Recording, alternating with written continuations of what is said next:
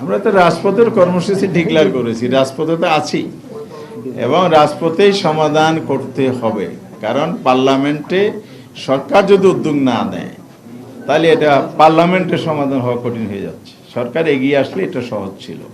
সরকার যেহেতু বিরোধী দলকে রাজপথে ঠেলে দিচ্ছে এবং বিরোধী দল তো জনগণের কাছে আসা ছাড়া আর কোনো রাস্তা নাই, সেই জন্য আমরা রাজপথে আছি, থাকবো ইনশাআল্লাহ। স্বাস্থ্য, শিক্ষা, শিক্ষাঙ্গনে যে সন্ত্রাস হচ্ছে, শিক্ষার পরিবেশ বিঘ্নিত হচ্ছে, বিশেষ করে সরকারি দলের ছাত্র সংগঠন দ্বারা যে সন্ত্রাসী কার্যক্রম চলছে, এই সব কিছু বন্ধ করে দেশে শান্তি ফিরিয়ে আনা, আর শান্তি ফিরিয়ে আনতে হলে গণতন্ত্রের বিকাশ অপরিহার্য। কিন্তু সরকার সেদিকে না গিয়ে দলীয়করণ এত বেশি হচ্ছে, নিয়োগ বাণিজ্য, বদলি, পদোন্নতির ক্ষেত্রে একচাটিয়া দলের লোক নিয়োগ করা, সেই শিডিউল অনুযায়ী আমরা এই যে দাবি গণভোটের রায় বাস্তবায়ন, সরকার শুরুতে যেই ন্যাক্কারজনক ঘটনাটা ঘটিয়েছে, মানুষের যে প্রদত্ত রায়, প্রায় 70% মানুষ রায়কে উপেক্ষা অবজ্ঞা করেছে, যেটার মধ্য দিয়ে মানুষ দায়িত্ব দিয়েছিল সরকারকে বা যারা রাজনৈতিক দল আছে তাদেরকে, তারা সংবিধান সংস্কার পরিষদের শপথ নেবে। যেহেতু একই দিনে সংসদ নির্বাচনের ভোট এবং সংবিধান সংস্কার পরিষদ গঠনের ভোট হয়েছে, সেটা শপথ নেবে।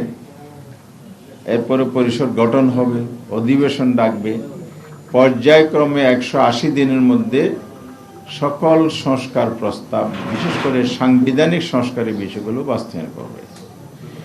সরকারি দল নির্বাচনের আগে সেই প্রতিশ্রুতি দিলেও, জনগণের কাছে প্রকাশ্যে ভোট চাইলেও, আবার টোটাল মেজরিটির যে তাদের সমর্থনের কথা তারা বলে, দাবি করে তারা, সেটার জোরে জনগণের এই মতকে উপেক্ষা করেছে। তারা শপথ নেয় নেই সংবিধান সংস্কারের সদস্য হিসেবে, এবং পরিষদ না ডেকে পার্লামেন্টে চলচাতুরি করে, বিশেষ করে ক্ষমতার জোর, টোটাল মেজরিটির জোর, এইসবকে কাজে লাগিয়ে তারা এখন সংবিধান সংশোধনের প্রস্তাব আনার জন্য প্রক্রিয়া শুরু করেছে। আমরা আজকের এই প্রেস ব্রিফিংয়ের মাধ্যমে, আপনাদের মাধ্যমে এটার নিন্দা জানাচ্ছি, প্রতিবাদ জানাচ্ছি, দেশবাসীকে সজাগ করছি। আপনাদের রায় নিয়ে যে সিনেমিনি খেলা হচ্ছে, এটার বিরুদ্ধে আরও জনমত শক্তিশালী করতে হবে, আমাদের আন্দোলনকে আরও বেগবান শক্তিশালী করতে হবে। এছাড়া জনগণের যেসব সমস্যাগুলি আমরা বলেছি, সেগুলোর সমাধানেও জনগণকে সম্পৃক্ত করে আমরা নিয়মতান্ত্রিকভাবে রাজপথের আন্দোলন 11 দলীয় ঐক্যের মাধ্যমে আরও সুসংহত এবং জোরদার করতে চাই। সেই লক্ষ্যে আমরা 7টি বিভাগে ভিন্ন ভিন্ন তারিখে সমাবেশ করার সিদ্ধান্ত নিয়েছি, যা আজকে এখানে ঘোষণা হচ্ছে।